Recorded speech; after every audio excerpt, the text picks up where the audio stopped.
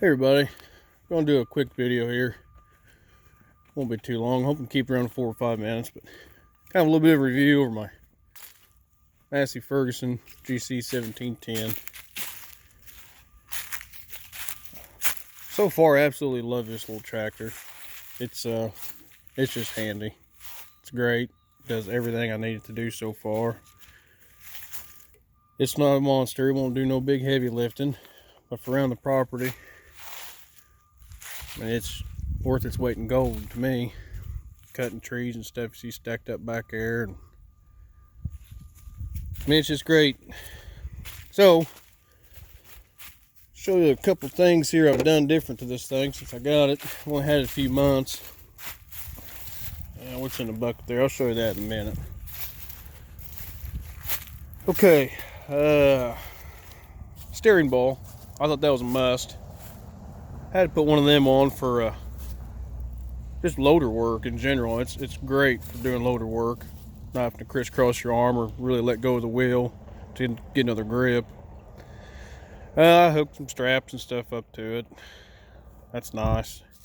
Never know when you're gonna need them. Off-road lights, work lights, front and rears. Pretty simple add-on. Just made the brackets up. Just simple 1/4 inch steel and welded up the brackets. I did use the existing holes through the ROPS for the factory light mount, and they are still long enough to go through and tighten up with that in between there. Of course, I put rubber washer and stuff in there too as a backer, so it's not metal on metal. But the LED pods, Amazon, I think it was 20 bucks for a set of 2, so $40 worth of lights. So there's a whole nother set over there on that side, so they're just awesome. They work great. More than enough light. They are floods. It definitely lights everything up around you when you're working with the backhoe, because once the sun goes down, there is no rear lights on this thing from the factory, so I needed something. Also, these big bolts that your ROPS hinges on rattled like crazy at about 2,000 to 2,200 RPM running the backhoe. So I zipped them babies off and inserted actual garden hose washers is what they were. They fit right over. It's a nice tight fit over the threads. Tighten everything back down. I took care of that problem. They don't dance and walk around anymore, don't rattle.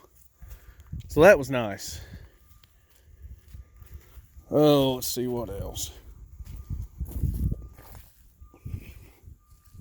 So here's the other side of the lights. So it works great. And they're adjustable. They tilt up and down, left and right, and all that good stuff. This tractor actually comes with terminated ends for a 12-volt hookup, and it is down in here. I don't know if you'll be able to see it or not. And the existing wiring harness down here, I just tapped into that. There's a positive and negative right from the factory, so that made it quick and easy, not having to run very much wire. Used the existing holes in the fender. I didn't drill nothing on this tractor, no welding on this tractor. It's a pretty clean job, about as clean as you can get for trying to run anything up the ROPS, I guess. Another thing from the factory I really didn't like, I just have a standard door on my garage, and with the ROPS up, obviously, you can't go in there without tearing something up.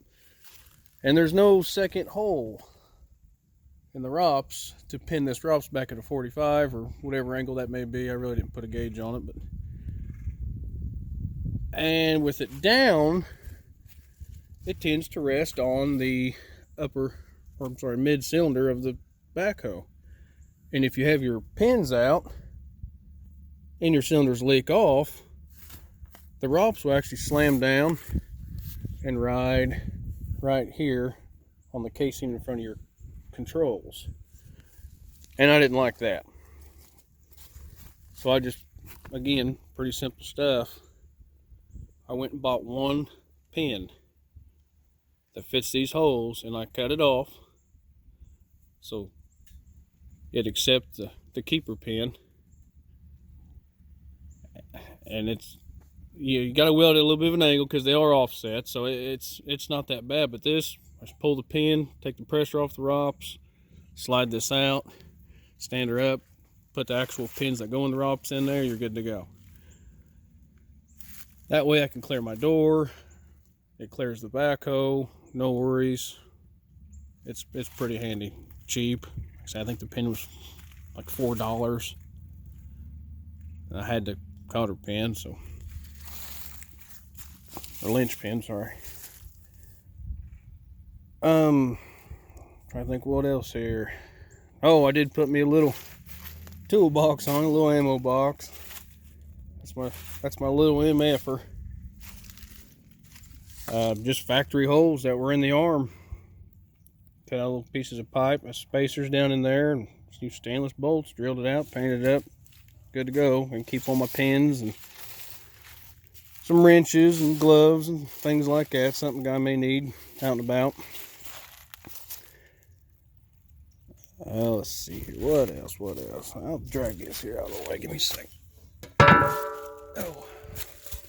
The bucket on this is a 48-inch bucket, and it comes with plastic knockouts in the bucket. Of course, I knocked them out, and I put in 360-degree swivels for pull anchors.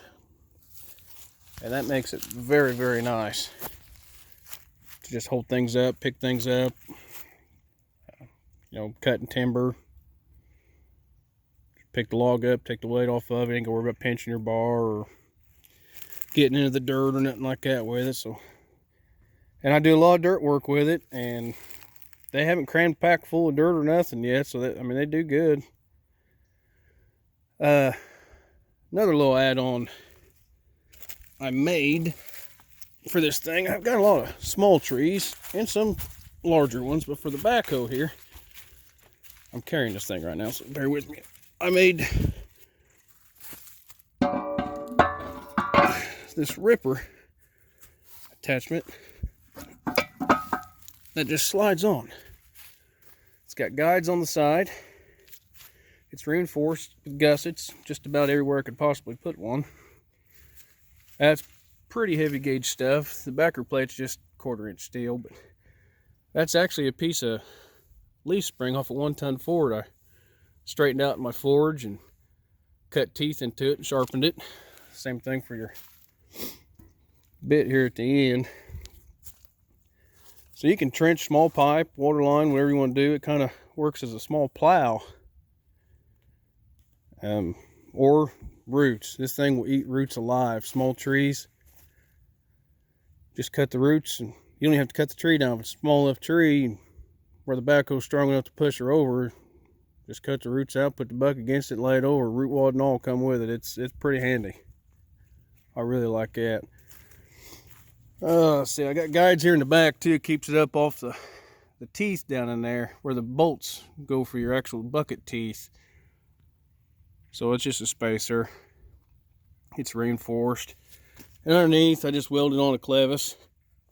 And that runs around up here to the back of the bucket to this clevis. So it's below the pin. So there is no stress on the strap I use. There's not really any up force with this thing. All your force is down and towards you when you're using it. So I just use a standard strap, ratchet strap, to hold itself to the bucket where it won't slip off the teeth. All 3 teeth have contact points, so the weight is distributed evenly, and there's not too much force on one side or the other of the bucket where I'm going to worry about ripping my lip off of it or breaking a tooth. And that thing I've took out several stumps with it so far. It works great. I've seen some ideas and stuff from people that actually took their teeth off and made a plate, backer board, and bolt through the existing holes in the bucket. But excuse me, you know, being out here in the woods or whatever working, if I want to take that with me, I could leave it on there or put it in the bucket. If I wanted to use it, I can. If I don't, that's fine. But I really don't want to have to bring wrenches or cordless impacts with me or nothing like that to have to put my teeth off and on. So I wanted something that was just quick and easy. Ratchet straps about as fast as you can get as far as dropping something. So that works out wonderful. Other than that, I really can't think of anything else I've done to this thing quite yet. I'm hoping to get a thumb for it very soon. Like I said, it's great, runs good, it's strong. I just really like it. It's going to save my back and cut my time in more than half, and it's just a good little tractor. And Josh from Chrisman, Illinois, the Chrisman Farm Center, he's just been great to deal with. He's concerned and wants to know things about it and how it's doing for me, and I just couldn't ask for any better person to deal with, really. He's been great, gave a good deal on it, honest, willing to help out with things. I mean, I'm a long ways from Chrisman, and if I needed oil filters or any kind of replacement stuff, they said they'd take care of all that and ship it to me if I needed it, just to save me a trip. I mean, it's a good place to deal with. He's done me right. So that's really all I got. This video went extremely longer than I expected. Sorry about that. So best of luck to everybody out there. I'm gonna keep working this thing. Thanks again. See you.